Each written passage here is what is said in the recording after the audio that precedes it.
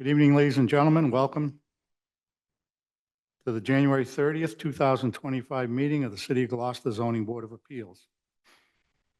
According to state regulations, this meeting will be held in two formats. It has a hybrid meeting, an in-person meeting here, and also available on Zoom to the public and anyone else.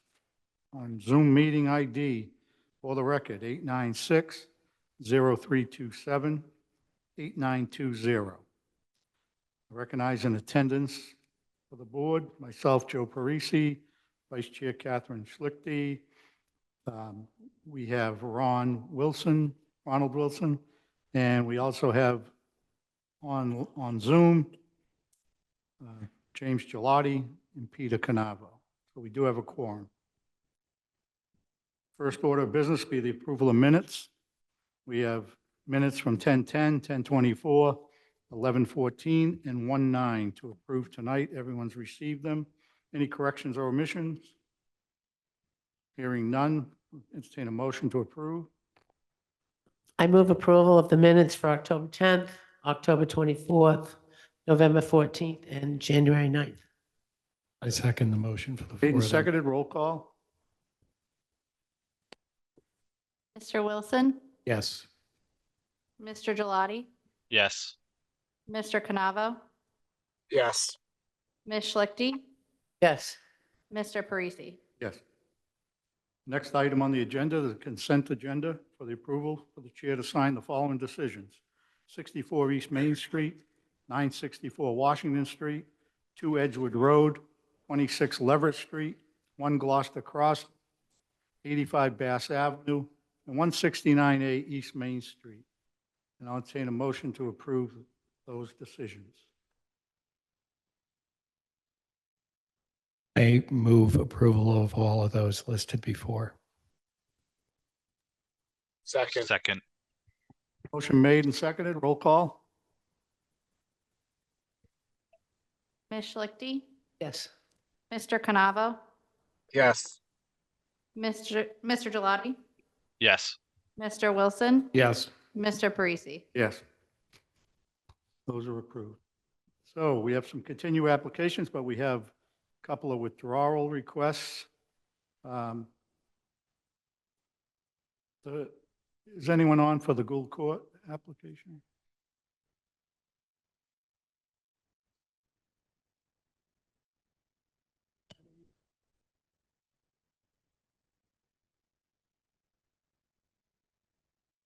Oh.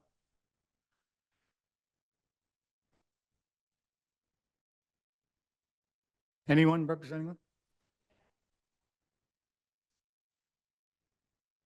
Barry Armstrong, I believe.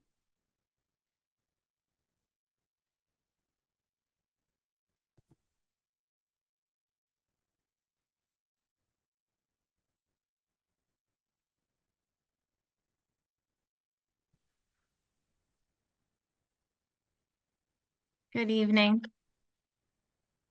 Hi. Hi, I'm Carrie Armstrong. I'm the attorney for the applicant on the 8 Gould Court matter. You have to say the name. That's a joke. I'm only kidding with you. I have it written down phonetically. I wish I did. I have more than once mispronounced it. But if we can stick to 8 Gould Court, we're all going to say the same thing. Great. You're requesting withdrawal? Yes, that's correct. I wanted just to first express my apologies to the board for the miscommunication that resulted in our not appearing at the on the January 9th hearing evening.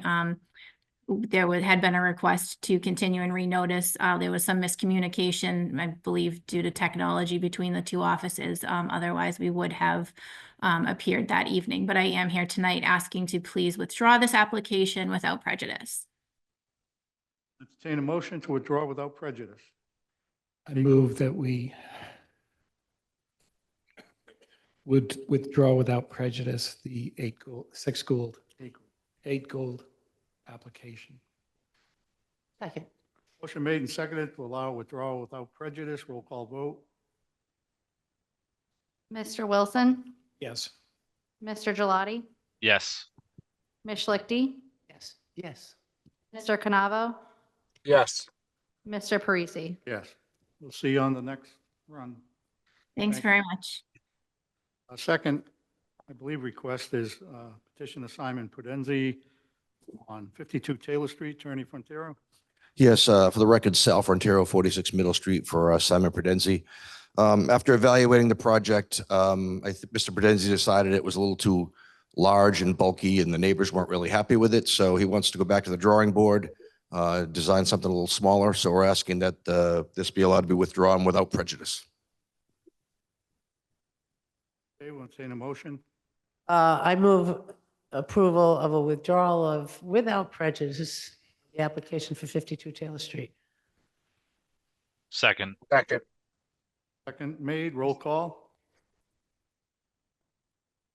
Ms. Schlichty? Yes. Mr. Canavo? Yes. Mr. Gelati, Yes. Mr. Wilson? Yes.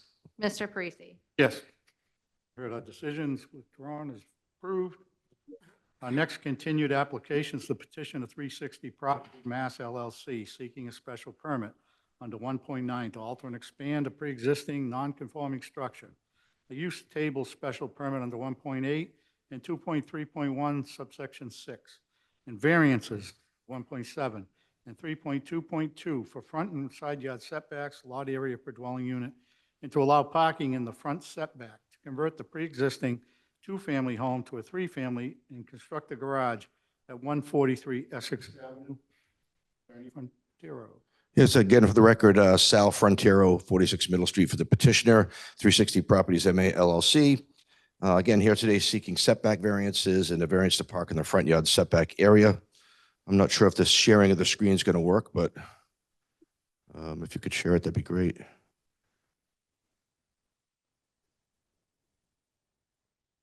Okay. Oh, the share button. Okay, hold on. Yeah, I got to enlarge it here. Okay, great. All right. So,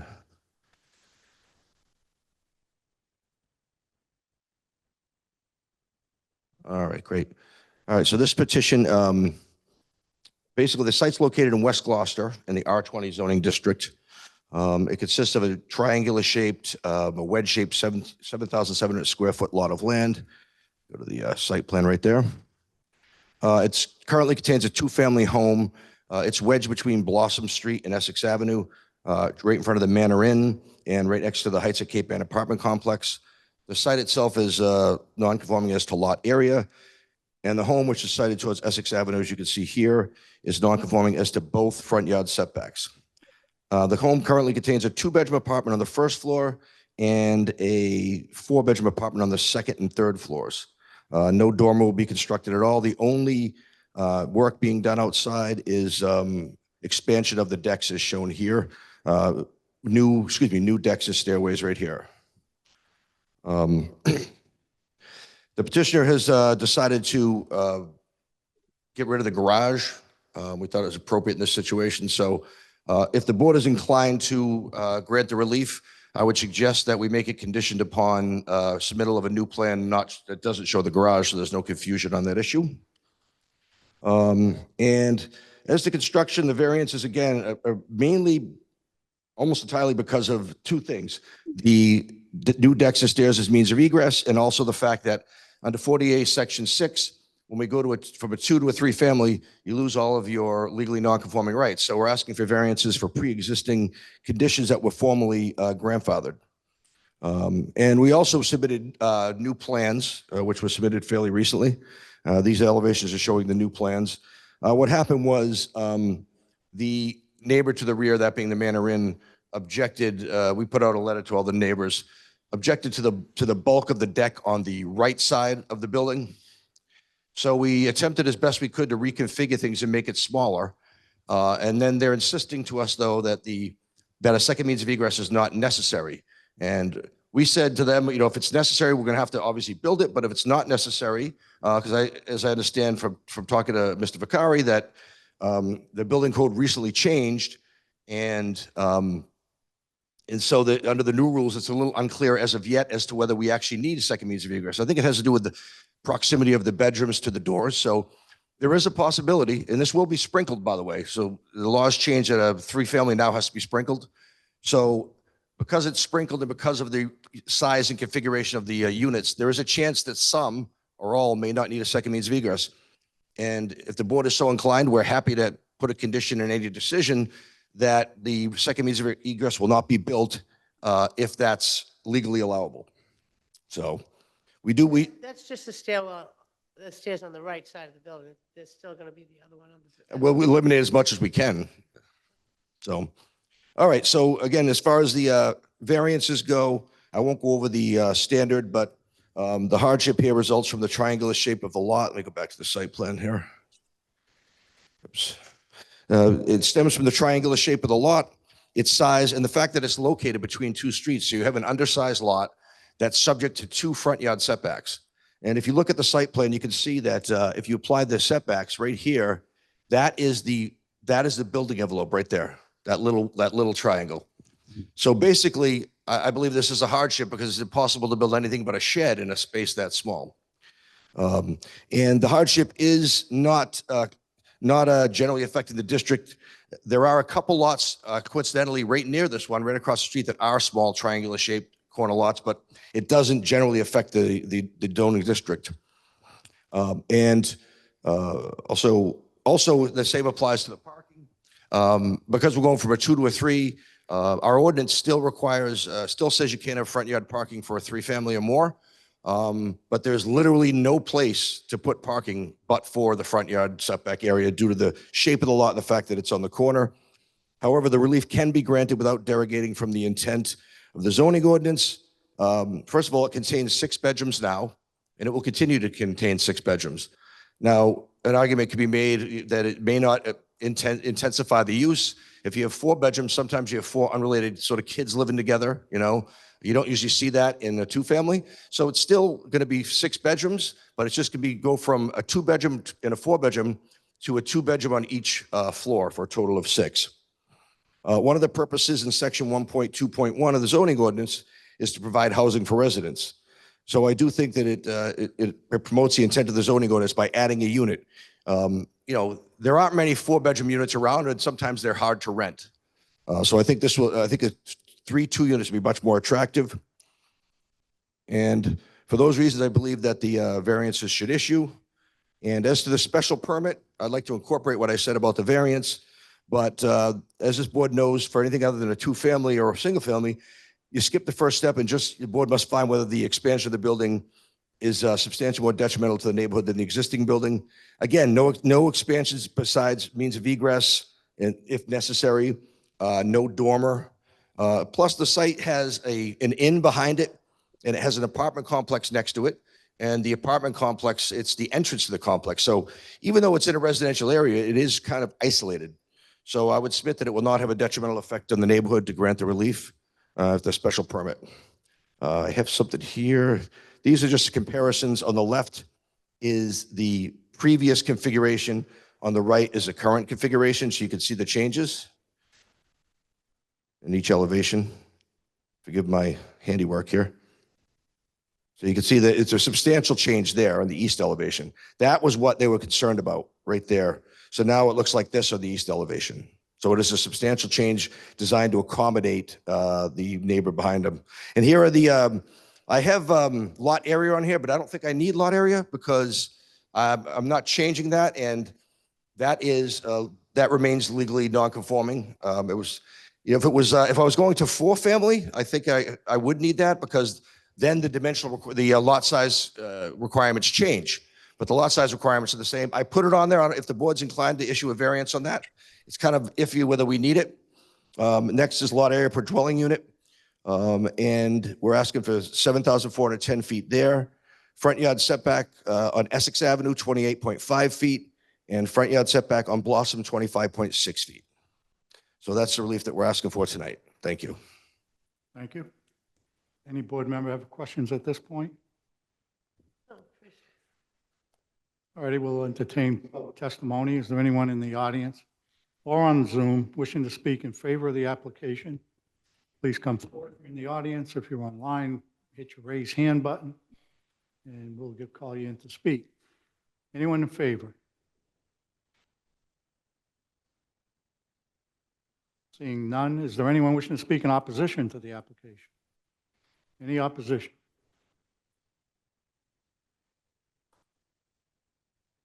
Once again, seeing none, no need for rebuttal. Discussion by the board and rolling to a motion. Mr. Chairman, Yes. Peter Canavo, I wanted to ask, Rob Vicari, does he have an answer on that for that second egress? Do we know if that's something they need to put in? I mean, I can't imagine not having a second egress regardless of sprinklers, but can he, educate me on that?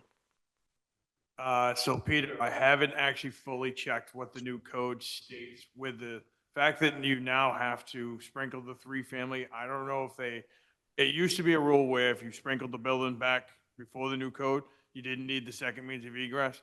I don't know if they changed it because the sprinklers are now automatically required. So I haven't looked into that yet. I think we're going Okay. to condition it on if needed, they have to be put in. But if not needed, he can eliminate them by code.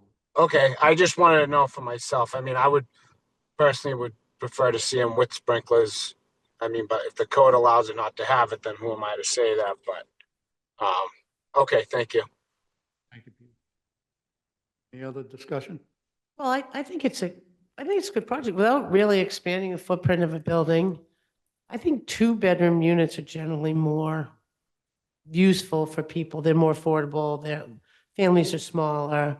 So I think having 3 2-units is more beneficial to the city than having 2, 3-bedroom apartments. So I think the project is good. So the front yard that you would be parking in is off of Blossom Street. Yes, to the left, where the garage area is, there's ample parking there. Yeah. Oh, yeah, there was ample parking on the side of that building when I went down there today. And it seems pretty much like there's not, Blossom Street dead ends there. There's not going to be a lot of traffic going down there. I don't think that that's really going to be a problem. I think you hit the 6 factors of meets a social need. You got traffic, no traffic problems. You have ample utilities in the roadway. I think it's a good project, actually. So I'm going to be inclined to support it. I will be supporting it. If I could just to clarify I'm happy that we did satisfy most of those factors, but that's not part of the analysis tonight. Why not? 2 to a 3. Well, I guess it is, yeah. I guess it is, sure. Yep. Yeah. Apologies. Forgot about that part. Yeah. You do need that special permit. Yeah. Yes. Ready for a motion? Sure. Okay. Do we need to condition or anything about the garage, or is that? Yes. Yeah, I think a new plan and eliminate the stairs, I guess, to the extent possible. Yeah, we'll have to eliminate, they'll make that decision, give us a new plot plan, which will get stamped and signed. That'll be the condition that's updated. On I'm looking for my thing. On the petition of 360 Properties, MA LLC, seeking a special permit to alter, expand a pre-existing non-conforming structure. A special permit to convert from a 2-family to a 3-family. And variances for front and side yard setback, lot area per dwelling unit, and to allow parking in the front yard setback. I would move approval for the relief requested, conditioned on the applicant submitting a new plan for the showing no garage on the property and removing as much stairwell off the back of the building as possible, considering what's required by the building code. Second. Motion made, seconded with the conditions of the updated plot plan. What was your other condition? Removing as much stairwell up, Yeah, there's a lot. secondary egress, as the code permits. Roll call vote? Mr. Canavo, Yes, for all the relief. Ms. Schlichty, Yes. Mr. Wilson, Yes. Mr. Gelati, Yes. Mr. Parisi? Yes. Heard our decision's favorable. We could appreciate a draft with those conditions and an updated plot plan to stamp in the future. Be happy to do that. My apologies on the 7 factors. I slipped my mind tonight, so thank you. Okay, moving on. The next continued is the petition of Jeff Worthley seeking a special permit under 1.9, 2.4.5 to demolish and replace existing non-conforming accessory structure, a garage at 4 Hawthorne Road. Now, we began this hearing last time, and we got a little bogged down in discussion about trying to preserve the rights versus the requirements to begin process soon as expeditiously as possible. And we thought at the time that maybe we didn't have everything we needed, but after reviewing it during this past month, we do, in the file, in the application, we did have adequate plot plan and sketches of the building. Certainly not standard that all building permit hold, but for zoning review process, they were adequate. So we're going to continue that hearing tonight. Mr. Worthley is online, and we will we're going to post up that plot plan for the public to see if anyone has any questions, but it's going to be just taking the really condemned building down and putting a garage back of the same footprint and the same design that's submitted. And any changes to that in the future would have to come back to us. So there's the plan. Everyone has the rest of the packet in that. That's a site plan with the garage right on the lot line. Yep. Right near the front of the road. Okay. And that boundary is the property that we received positive confirmation from the neighbor in favor of the project. So that seems to be okay. We can, with that in mind, we could go to take public testimony and then have a discussion. So why don't we do that? Anyone in the audience wishing to speak in favor of the application, please raise your hand. You'll have to take that down so I can see. Oh. No, it's okay. I just couldn't see if anybody's on. Anyone wishing to speak in favor of the application? Seeing none, is there anyone wishing to speak in opposition to the application? Any opposition? Yeah, Jeff has his hand up. I think he was just trying to get in as the applicant. You can click on him if you want, bring him up. Okay. So no one in opposition, no need for any rebuttal. Discussion by the board. So Mr. Worthley is knocking down the existing garage, which is in need to be removed when you look at it, and replacing it with he has a footprint of a new garage. So it's just a straightforward special permit to demolish and replace? Okay. Seems pretty straightforward to me. Clearly, the neighbor has no objection to it. The building is in need of coming down, so I personally, I would be in favor of the requested relief. Okay. Anybody want to make the motion? Do we need a special permit to alter and expand? Or Yeah. just the 245? Probably. It's the 245, demolish and replace, Okay. because we're going right on the foot. On the petition of Jeff Worthley, seeking a special permit, 1.9 and 2.5 to demolish and replace a pre-existing non-conforming accessory structure being the garage at 4 Hawthorne Road.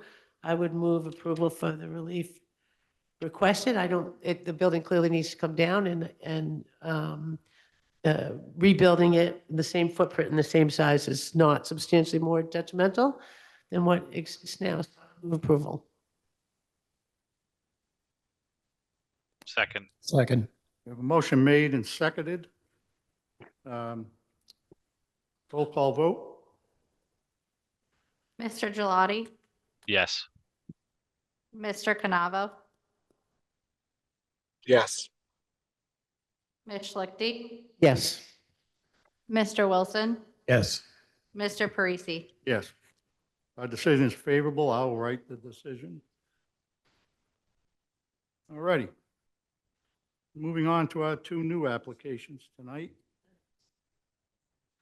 The petition of Greg Souza is seeking to modify a previous decision for a variance to rebuild a single-family structure in a flood zone pursuant to 5.5.17 and 1.7.4 at 3 Kirk Road, represented by Attorney Sheedy.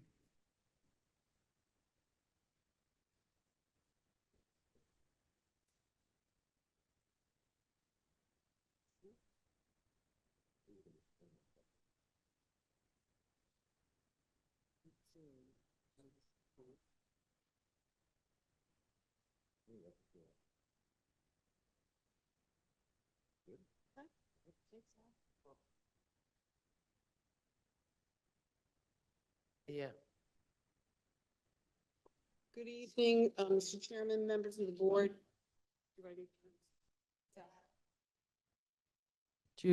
Oh, it's automatic, okay. Attorney Wilhelmina Sheedy, 76 Main Street, Rockport, on behalf of the petitioner Greg Souza, concerning his application for a variance from section 5.5.17 of the zoning ordinance. You may recall on, I keep getting backlash on this, I don't know how to turn up the sound, but anyway, on December 12th, 2024, this board granted special permits for the alteration, extension, demolition, and replacement of the pre-existing non-conforming structure at 3 Kirk Road to Greg Souza. It was decided at that hearing that a variance for expanding the existing footprint in the floodplain under section 5.5.17 of the GZO would not be required. Subsequently, we have learned that in fact, despite the fact that the property is shown as a Zone X on the firm map, a variance from this board will be required since the property lies below elevation 13. So annoying. So it's considered to be an AE zone.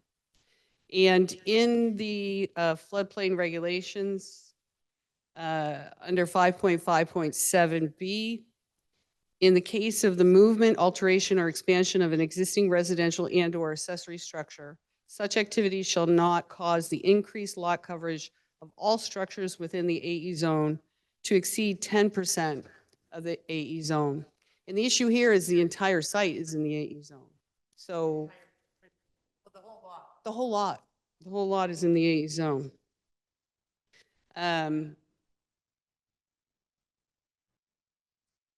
don't know if you want me to repeat the particulars of this particular site.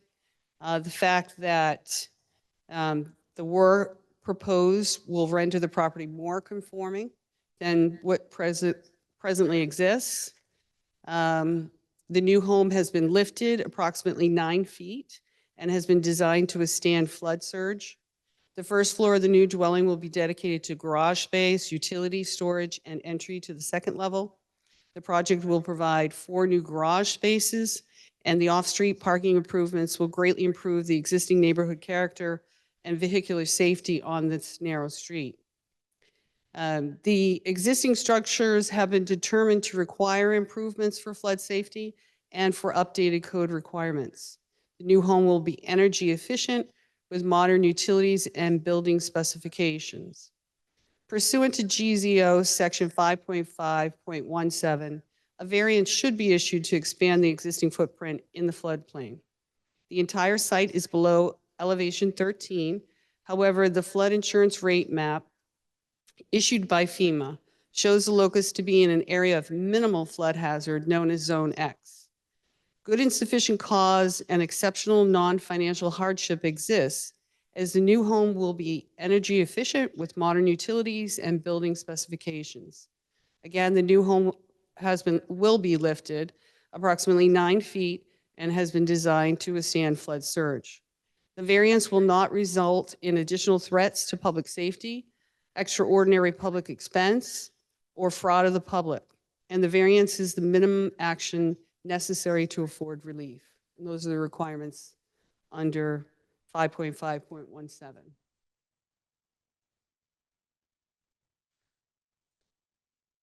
Thank you.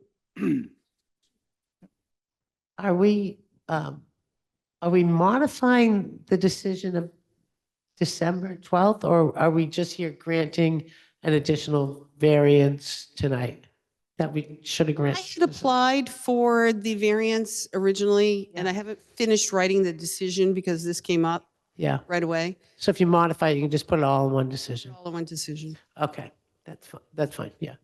And there's certainly good cause to modify. Any upfront questions or take testimony first? Okay, anyone in the audience that or online wishing to speak in favor of the application, please raise your hand or come forward. Seeing none, is there anyone wishing to speak in opposition to the application, either online or in person? I have a hand raised. Michelle's iPad.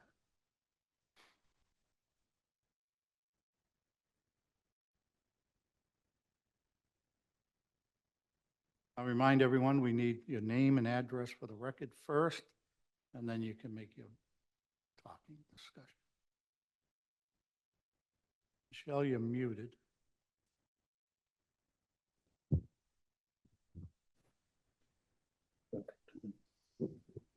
Can you hear me now? Yes. Okay, so we were involved in Need the your name and December. address first. Oh, Michelle Cahill, 33 Hodgkin Street, a butter to Kirk Road. Thank you.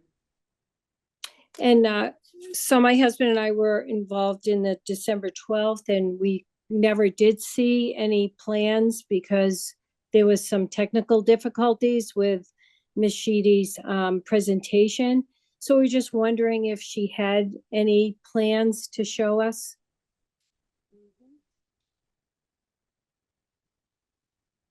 So the plans that were approved in December, yeah, we have them somehow. Do you have them, anything on that we could just buzz through?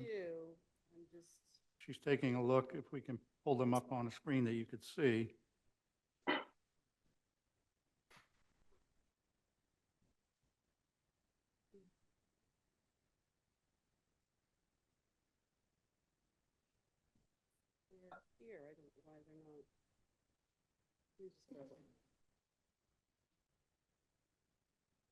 The entire application and packet is on the city's website.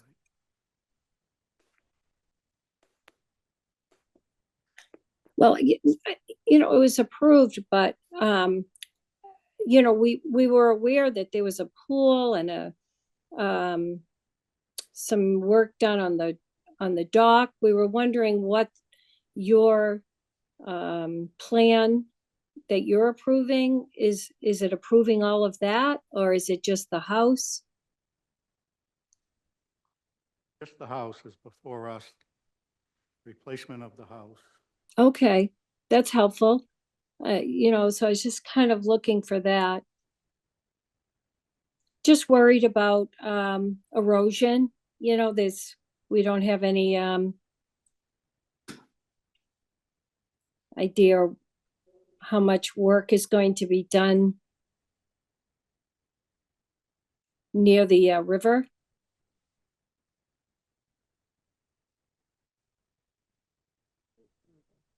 You see that now? Okay, yep.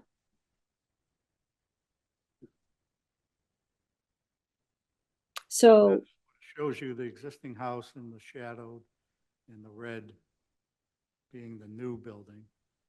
the red is the new building. So it's, and then she could scan ahead, you could see the elevation.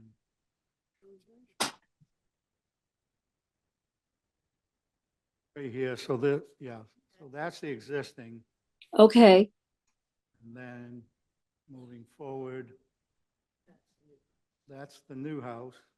I see. Being lifted up for the flood. I see. Wow.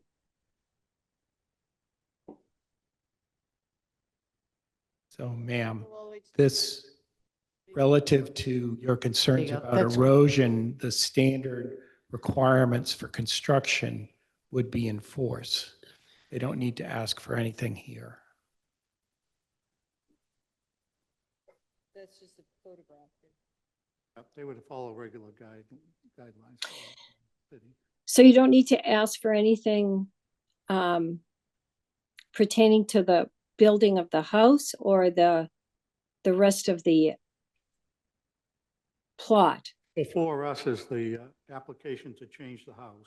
Okay, that's what it is helpful. To a new house built up. Yep. Okay, that's right. helpful. Yep. Thank you. Is there anyone else wish to speak in opposition?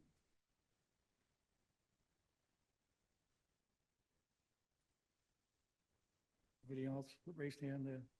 I don't see him. Okay, thank you. Any rebuttal or explanation? The only rebuttal I could think of is that this also has to go through the Conservation Commission and get their approval and file a notice of intent and get an order of conditions. So they'll be looking at this project as well. Yeah, conservation will have a say in overseeing some of that. Be your concern, ma'am. Okay, thank you. Welcome. Okay. Close the public testimony. Discussion by the board. I just want to comment on a few things. The floodplain is pretty new to everybody, and as I've studied it and read it, if you refer to the purpose of the floodplain overlay district, it talks about public safety.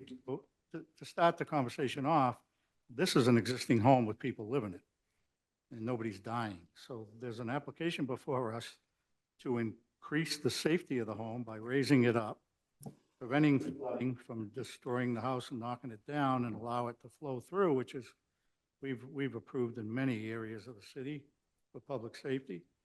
It's also eliminate any hazards to response. Well, this is improving the situation. Prevents public emergencies. Again, anything that's being done here will only make it a safer place to live. Won't affect utilities, and won't result in flooding of any private property. So the variance criteria has been stated. Variance from the floodplain is to meet these conditions. Good and sufficient cause. I think that's been spelled out for us. The variance will not result in additional threat to public safety, extraordinary public expense, or fraud of the public. I think if anything, this improves all those situations and prevent them from ever happening. And the variance is the minimum action necessary to afford relief.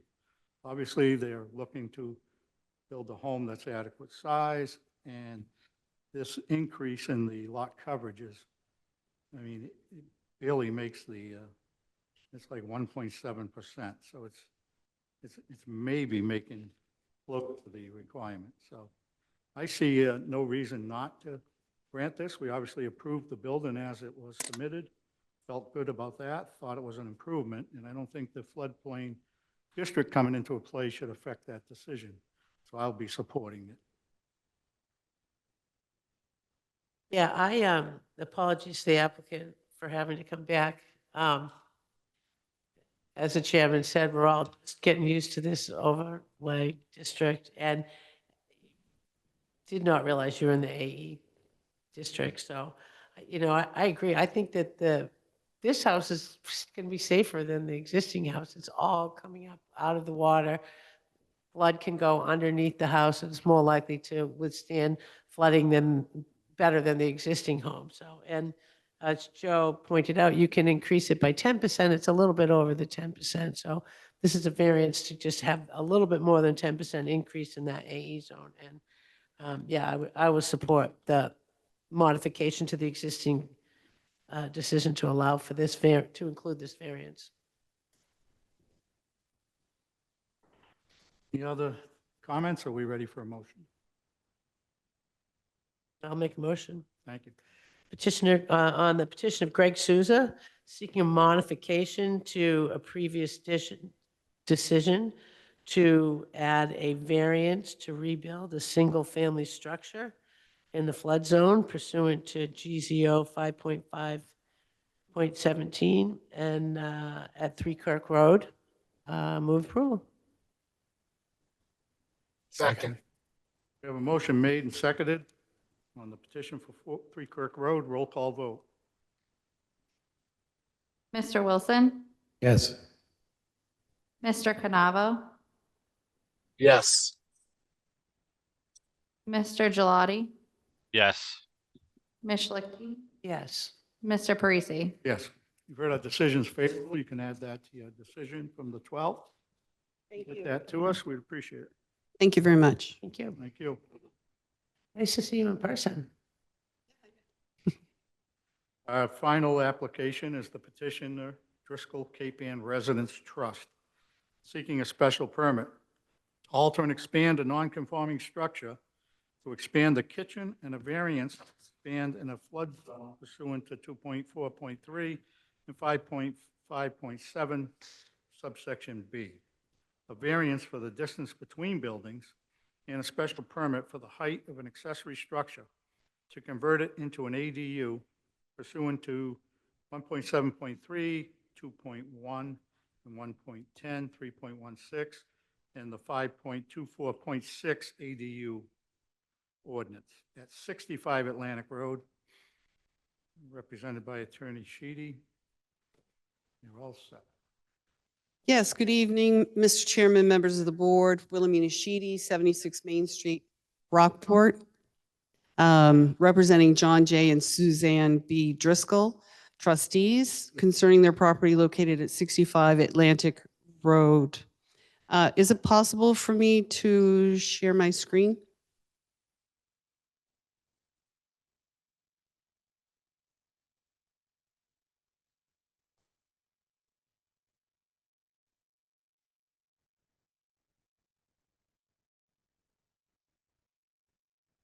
Hmm.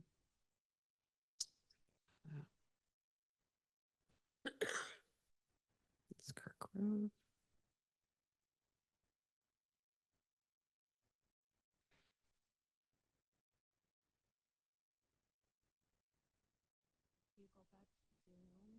Yeah. This? And then click this. Oh, okay. Just having so many problems with this. There's like no room here. I know. And then you should just be able to just pull Yeah. and then screen. No.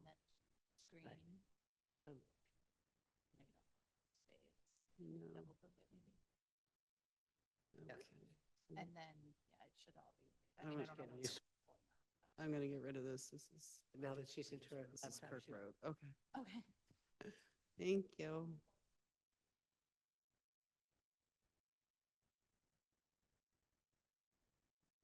Except you can't do it when you go, well, yeah, you have to.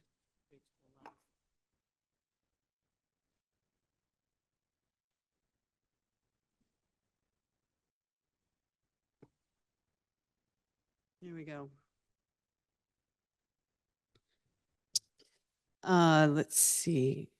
The zoning district for 65 Atlantic Road is R20 residential. The plans that have been submitted are drawn by Gateway Consultants, Inc., and the elevation and floor plans drawn by DL Care Architectural Design Services. The property consists of 2 abutting lots on which is sited a single-family residential structure and a garage. Both lots are undersized and non-conforming, but under the doctrine of merger, they are treated as a single lot for zoning and permitting purposes. The house is located in a VE zone, but the garage is not. This is a 2-part application with one request to expand the kitchen in the main house on the property, and the other request is to add an accessory dwelling unit to an existing garage.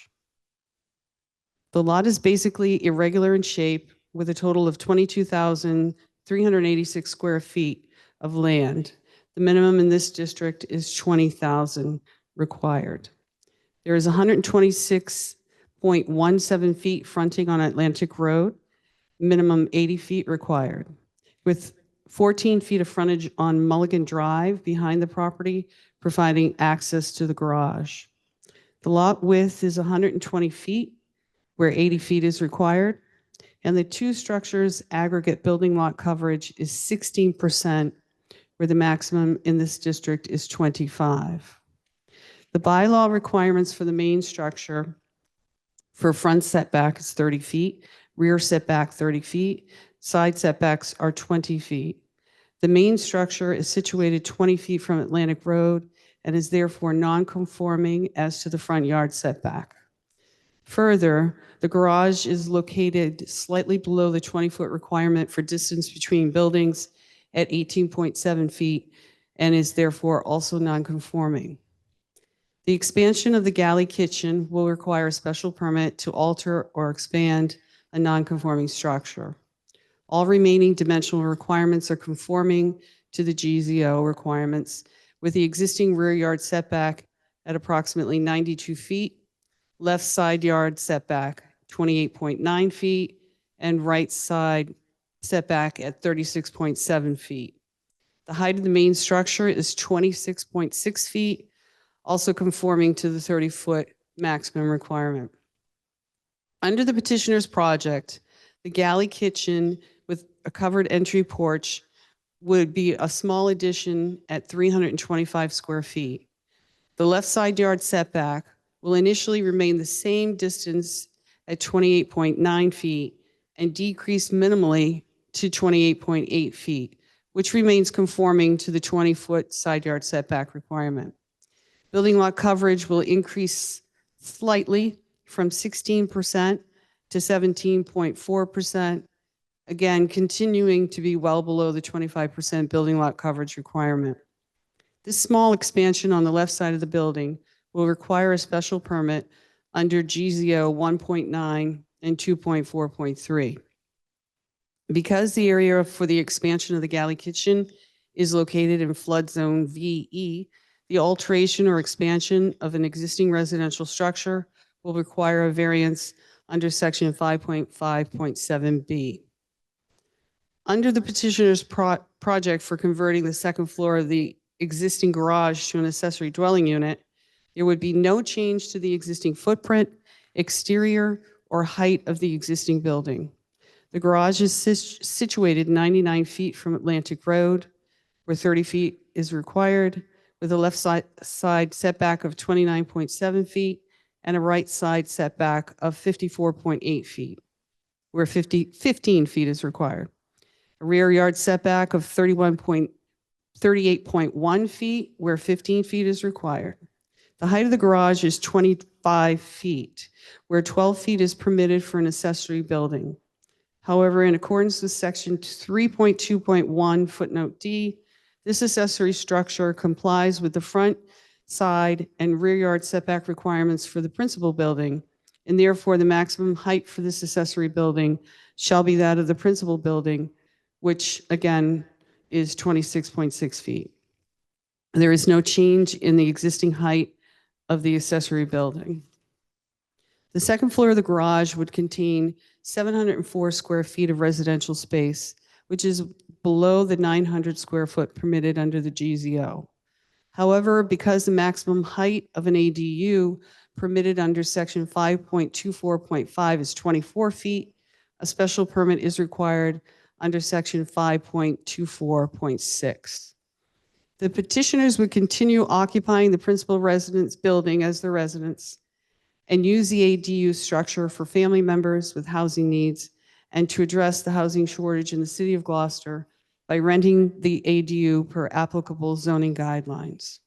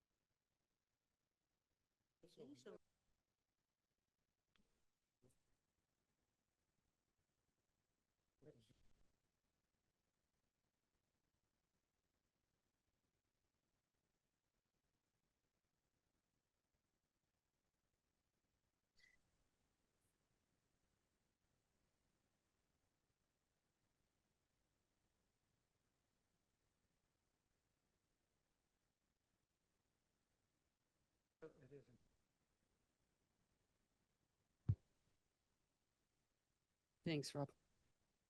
Hello? Yep. For the relief requested on the main house, pursuant to section 2.4.3 and section 1.9 of the GZO, in considering whether to grant a special permit for the change, extension, alteration, or reconstruction of an existing non-conforming structure, the board must make a written determination that the change, extension, alteration, or reconstruction will not be substantially more detrimental to the neighborhood than the existing non-conforming structure. This small extension of the galley kitchen would not be substantially more detrimental to the neighborhood. It has been designed to continue along the same width as a side porch with only 1/10 of an inch increase toward the boundary line. And that's due to the slant of the right boundary line. The abutter on this side of the home has signed the petition in support that has been submitted to the board.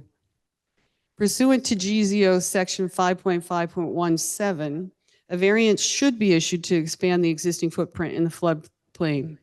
Good and sufficient cause and exceptional non-financial hardship exists, as a small extension of the kitchen would provide much-needed space for this large family. The entire house is located in the VE zone, so there is no other part of the home to provide this space. The variance will not result in additional threats to public safety, extraordinary public expense, or fraud to the public. And the variance is the minimum action necessary to afford relief. As for the garage, for the creation of an accessory dwelling unit in the existing garage, a special permit for the height of the existing accessory structure pursuant to 5.24.6. The height of the garage is 25 feet, where 12 feet is permitted for an accessory building. However, as I pointed out, in accordance with section 3.2.1 footnote D, this accessory structure complies with the front, side, and rear yard setback requirements for the principal building, and therefore the maximum building height for this accessory building may be that of the principal building. There will be no change in the existing height of the garage. However, pursuant to section 5.24.6 of the Gloucester zoning ordinance, the board may grant a special permit for an ADU that does not comply with the height requirement of 24 feet upon a finding that the proposed ADU meets the purposes of section 5.24.1 and will not have a detrimental impact on the neighborhood. The proposed ADU does meet the purposes of section 5.24.1 of the ordinance and will not have a detrimental impact on the neighborhood. The ADU will increase the city's housing stock by bringing additional new growth and tax revenue to the city. In addition, the proposed ADU unit will not be substantially more detrimental to the neighborhood than the existing non-conforming structure and will not extend any closer to the property lines. This proposal will be in harmony with the general purpose and intent of the ordinance, and it will not adversely affect the neighborhood, the zoning district, or the city to such an extent as to outweigh its beneficial effects.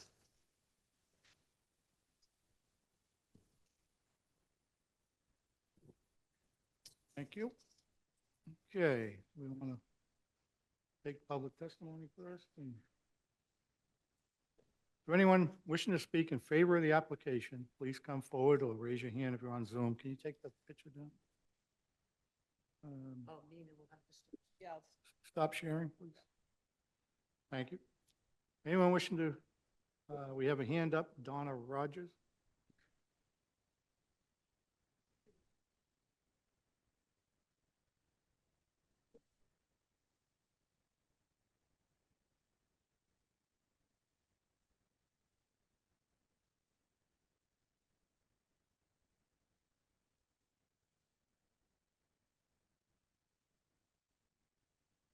There we go. Need your name and address, please, when you're ready. You're muted.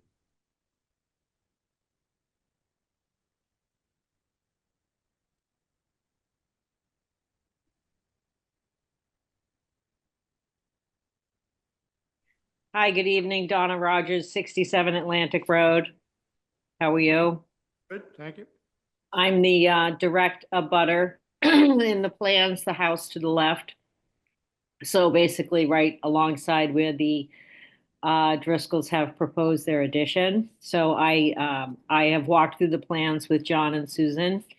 and see no problem with it, essentially taking up most of their deck that already exists anyway. So a very, very tiny increase in the structure relative to my home. And I am in favor of it.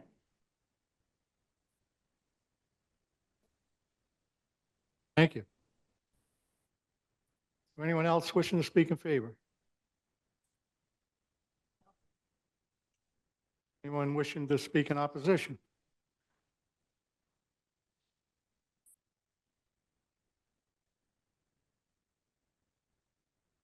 Being no opposition, we'll close public testimony.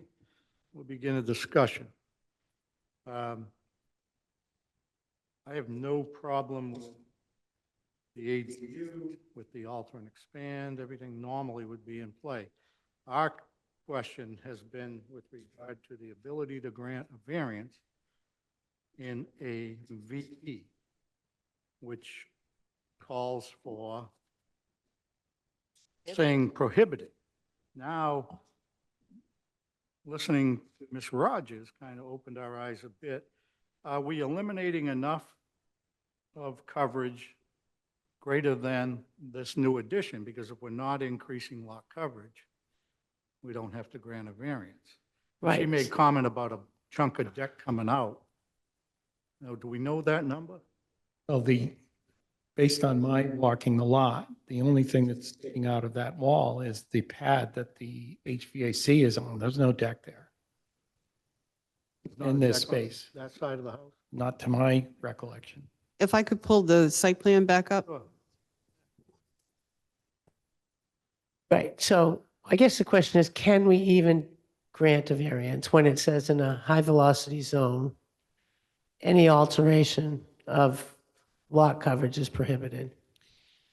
I think you can if it meets the purposes, as we had stated in the last application, if it meets the purposes of the, hang on one second, let me just grab the.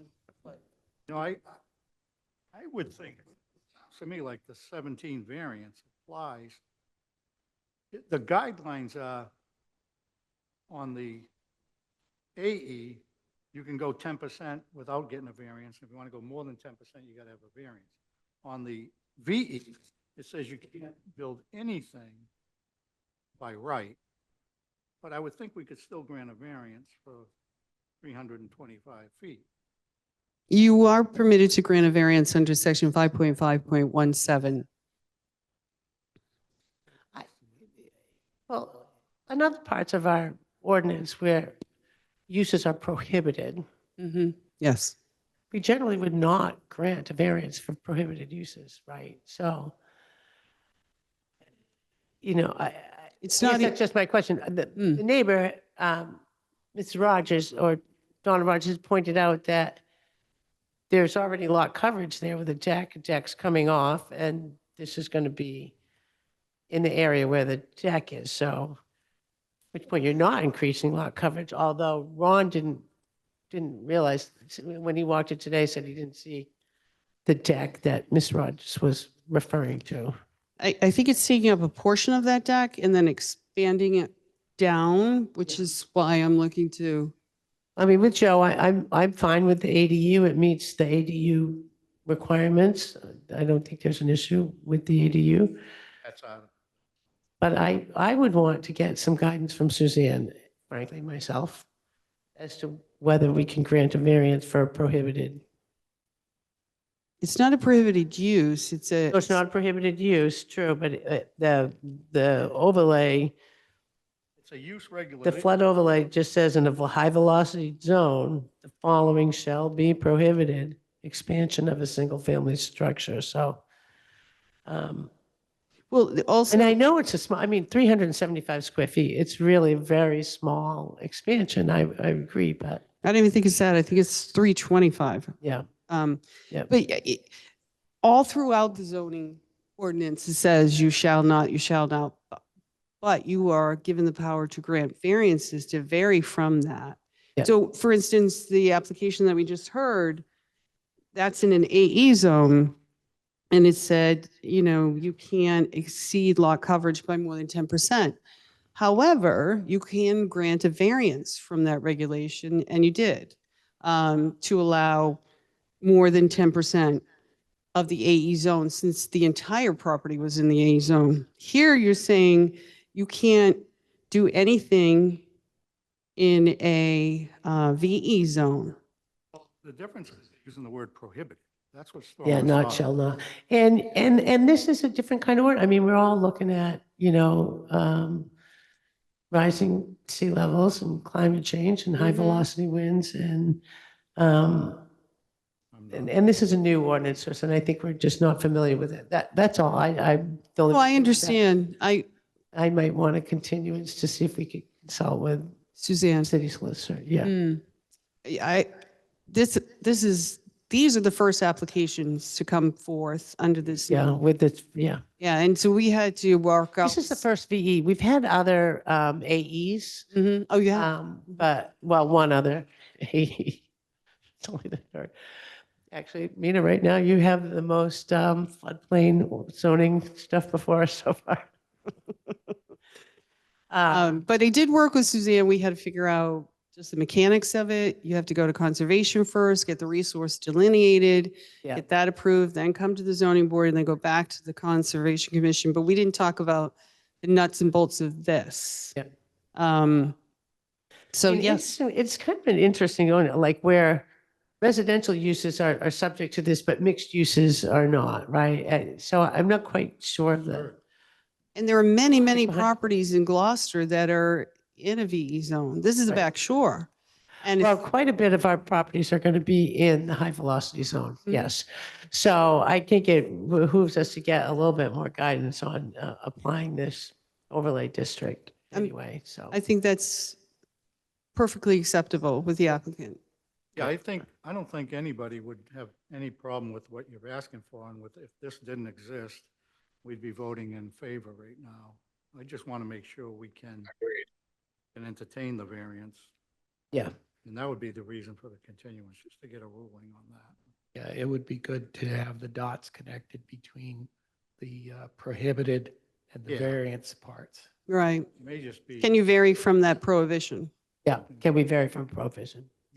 all right, So So can are we- you amenable to this being continued, or do you I want it am. to vote?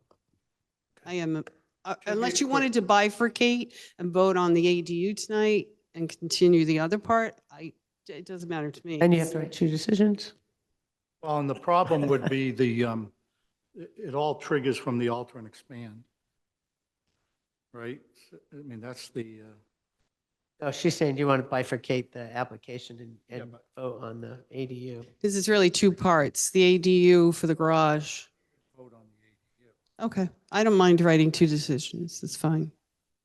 But we'd be able to vote on the variance, the distance between the buildings, and the special permit for height of the accessory structure and the conversion to an ADU.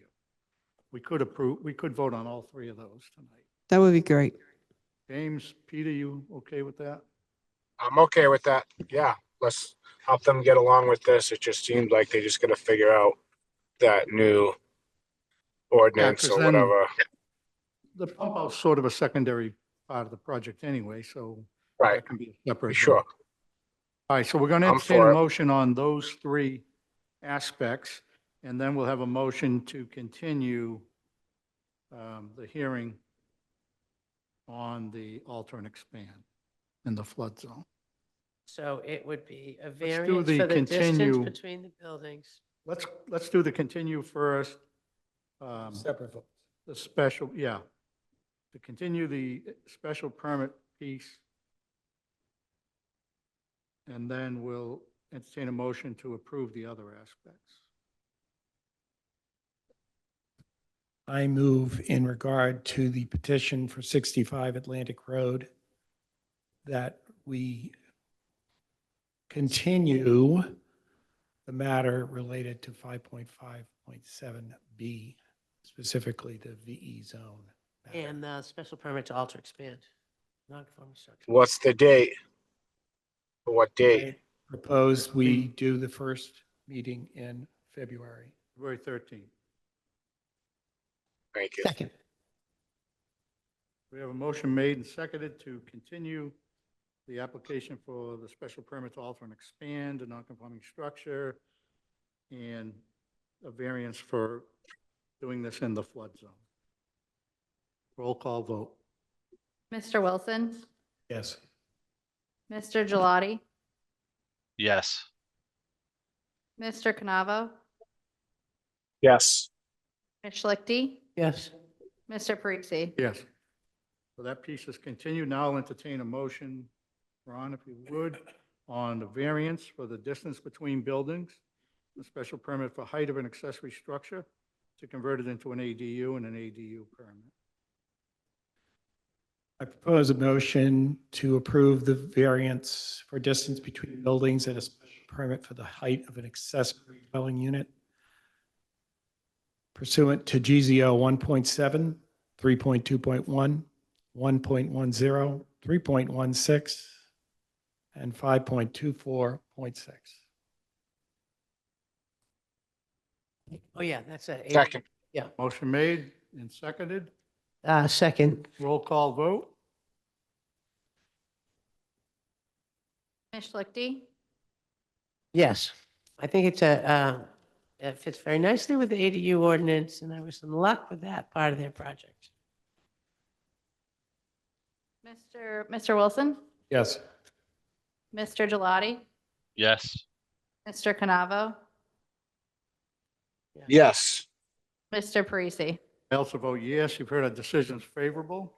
You can do a draft decision based on that.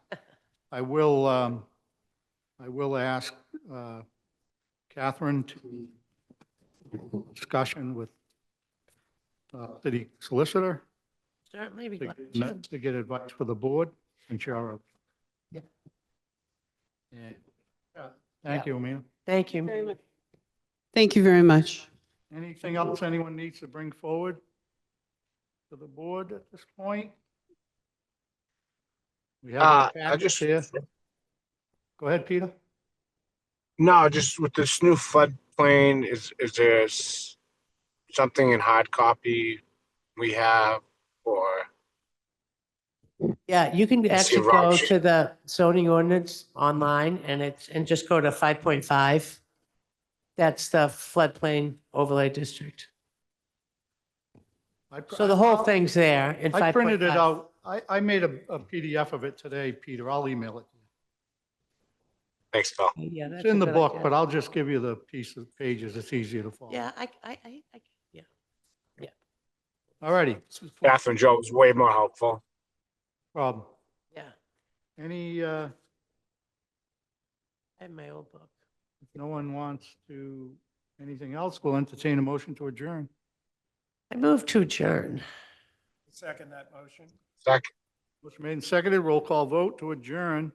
Mr. Wilson, Yes. Mr. Canavo, Yes. Mr. Gelati, Yes. Ms. Schlichty, Yes. Mr. Parisi. Yes, we are officially adjourned. Thanks, everybody. Thanks. Have a good night. Peter, Thank you. Peter, Yes. Yes. I remember you saying you live over near me on Commonwealth. Do you want me to bring you a packet and I can like put it in the mailbox tomorrow morning?